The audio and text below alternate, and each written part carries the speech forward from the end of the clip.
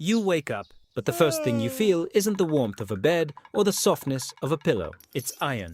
Cold, heavy iron biting into your wrist. And before your eyes even open, before your brain catches up to where you are, your body already knows. You're not free. You were never free. Not anymore. Welcome to Rome, the greatest civilization the ancient world ever produced. A city of marble, philosophy, aqueducts, and genius. Also, a city built on the backs of people who had no choice. About 30 to 40% of Rome's entire population were slaves. 1 in 3 people you'd pass on the street. Invisible, property, owned. And today? Today, that's you. How you got here. Let's back up, because nobody wakes up a slave without a story. And yours probably started with a single bad day. Maybe you were a soldier on the wrong side of a Roman blade. 1 battle, 1 loss. And suddenly, you're not a warrior anymore. You're inventory. The Romans were brutally efficient about this. After a major campaign, tens of thousands of captives could be processed in days. Julius Caesar alone enslaved over 1 million people during his Gallic Wars. 1 million. Let that number sit for a second. Or maybe war wasn't your villain. Maybe it was debt. You owe money you can't repay, and in ancient Rome, that's not a bankruptcy filing. That's your freedom on the auction block. Maybe pirates got you. They were everywhere in the Mediterranean, and they didn't just steal cargo. People were cargo. Or maybe, and this one stings the most, maybe you were born into it. Your mother was a slave, which means the law decided before you ever drew your first breath that you were already someone else's property. However you got here, the result is the same. You're now standing in a slave market, half naked. A wooden tablet hanging around your neck, listing your age, your origin, your skills, everything that makes you valuable to a stranger. Dignity is not on that list. The market. The slave market is not quiet. It smells like sweat and leather and something sour you don't want to identify. Dealers circle. Buyers prod. They check your teeth like you're a horse. They squeeze your arms. They ask you to walk, turn, speak. The whole time, you're standing on a raised platform so everyone gets a better look. Are you Greek? Congratulations. You just became a premium product. Romans had a thing for Greek slaves. Educated, cultured, often multilingual. A well-educated Greek slave could fetch a price equivalent to a small house. Are you young and strong? Decent value. Are you older, sick, or broken in some way? The dealers will make sure everyone knows and your price drops accordingly. The bidding starts. And somewhere in the noise and the money changing and the casual cruelty of it all, your life gets handed to a stranger. You don't know his name yet. You don't know if he's kind or brutal, patient or volatile. You don't know if you'll sleep in a warm room or chained in a barn. You'll find out. You have no choice but to find out. Who owns you determines everything. Here's the reality of Roman slavery. It wasn't one experience. It was a spectrum, and where you landed on that spectrum was almost entirely luck. On one end, agriculture. If you end up on a Roman latifundium, one of those massive farming estates in the countryside, you are in for a life of unrelenting physical punishment. You're up before the sun. You work until your hands bleed. You sleep in a barracks with dozens of other slaves, sometimes chained together at night because escape is always on someone's mind. The fields don't care that your back is breaking. The overseer definitely doesn't. And if you slow down, if you stumble, if you show any sign of weakness, there's always someone ready to remind you of your place, usually with a whip. Mining is worse. If agriculture is brutal, mining is a death sentence delivered slowly. You're underground in tunnels so narrow you can barely turn around. The air is hot and thick with dust that coats your lungs like mud. You chip at rock with primitive tools, inhaling particles that will destroy your body from the inside out. The average life expectancy of a Roman mine slave was not measured in decades. It was measured in years, sometimes less. But maybe you got lucky. Maybe your buyer is a wealthy Roman senator or merchant who needs household staff. This is considered the good end of the spectrum. You get to sleep inside. You eat better. You're not being destroyed by physical labor. Sounds like a win, right? Hold that thought. A day in the household. It's not even dawn, and you're already awake. Because the fire needs tending. Because the master's day begins before yours ever gets to. You light the hypocaust, Rome's underfloor heating system. A genuinely impressive feat of engineering that you maintain but will never personally enjoy. You lay out clothes. You help your master dress, every fold of the toga precisely placed. Every pin perfectly positioned, because imperfection is not something you can afford. Then you disappear. That's the job. Be present when needed. Be invisible when not. Move like a shadow through a house that isn't yours. serving people whose conversations you're not supposed to hear but always do. Banquets are the high-stakes moments. Your master is hosting. The finest food in Rome is being prepared. The wine is flowing and important people are watching. You move through the gathering with a tray, refilling cups, removing plates, hovering at the edge of every conversation.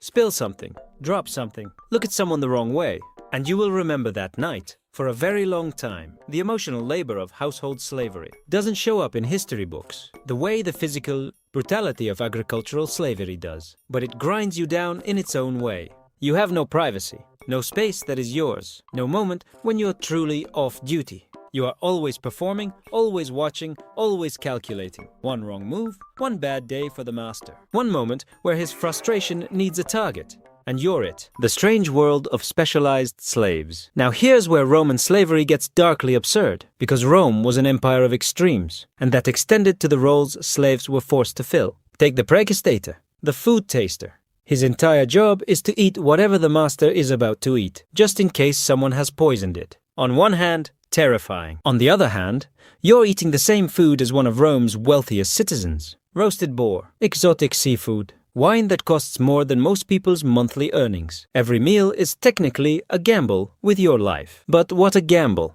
Then there are gladiators. Most people picture gladiators as volunteers, warriors choosing glory. And some were free men who signed on for the fame and the prize money. But the majority? Slaves. Trained, fed, and put on display for a roaring crowd, fighting for an outcome that was never really in their hands. Win, and you live to fight another day. Lose badly enough, and you look to the crowd and to your master to see if today is the day you stop being useful.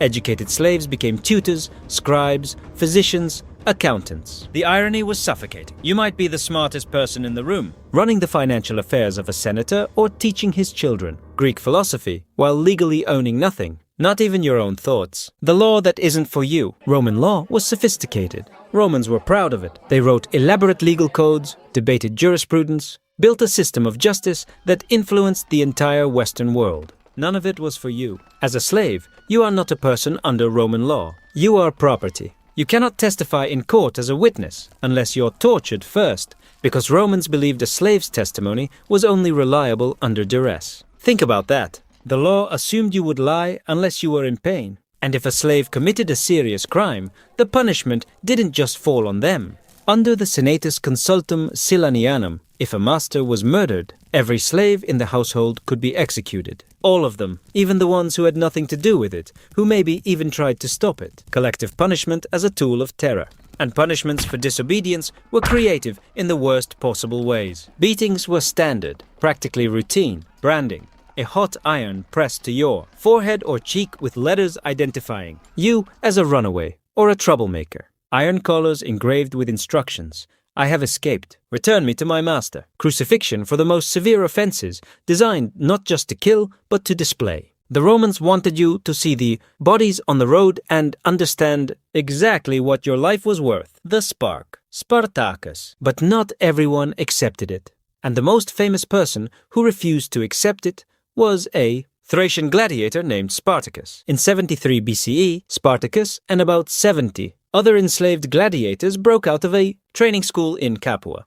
They grabbed kitchen tools, actual kitchen tools, because it was all they had, and they fought their way out. They took refuge on the slopes of Mount Vesuvius, that same volcano that would later bury Pompeii, and they waited for Rome to come to them. Rome came, and Spartacus won. Word spread like fire through dry grass. Slaves across southern Italy poured into his growing army. At its peak, the rebellion had swelled to somewhere between 70,000 and 120,000 people. Not just fighters, entire families, communities, people who had spent their lives invisible and decided they were done. For 2 years, this army moved through Italy, defeating Roman force after Roman force, humiliating the greatest military power on earth. Imagine being one of them. Imagine being in that camp, sitting around a fire with people who understand everything you've been through without you having to say a word. No chains, no master's eyes on you. Just the night sky and the wild, terrifying, intoxicating taste of your own choices. For the first time in however long,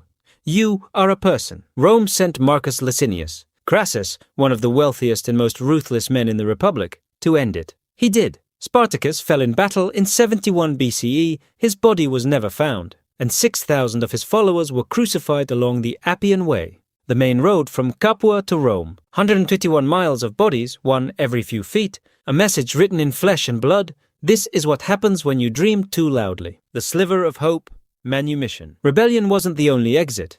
There was another road, longer and narrower and far less dramatic. Manumission, official freedom, granted by your master. It happened. More in Rome than in many other ancient slave societies, actually. A master could free a slave as a reward for loyalty, as a deathbed gesture in his will. Some slaves were allowed to earn small amounts of money, their peculium, and save enough over years, decades, to technically purchase themselves, to buy back a life that should never have been for sale. But here's the catch, because there's always a catch. Even freed, you weren't fully free. You became a libertus, a freedman, and your former master became your patron. You owed him opere, a set number of days of work per year. You were expected to support him politically, socially, financially when he asked. The chain didn't disappear. It just got longer.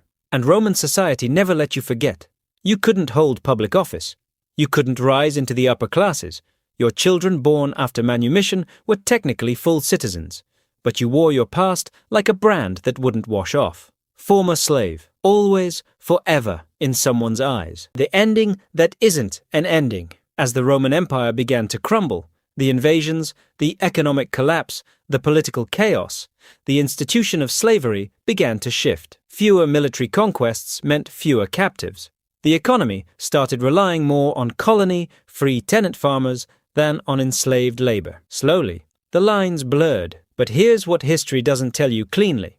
Freedom doesn't automatically follow the collapse of a system that denied it. The people who were enslaved didn't all walk into sunlight and new lives. The stigma remained, the poverty remained, the lack of land, education, connections, all of it remained. The structure that justified their bondage fell apart, but the world it had built stayed standing. Rome called itself eternal. It called itself civilization. It built roads that still exist, laws that still echo through Western legal systems, art and literature that still shapes how we think about beauty and power and what it means to be human. It also built all of that on the backs of people who never got to choose any of it. And the next time you walk past something ancient, something beautiful, something that survived 2,000 years to still be standing, maybe ask yourself who carried those stones, whose hands did that work, whose name nobody thought to write down. Because they were there. They just weren't allowed to matter.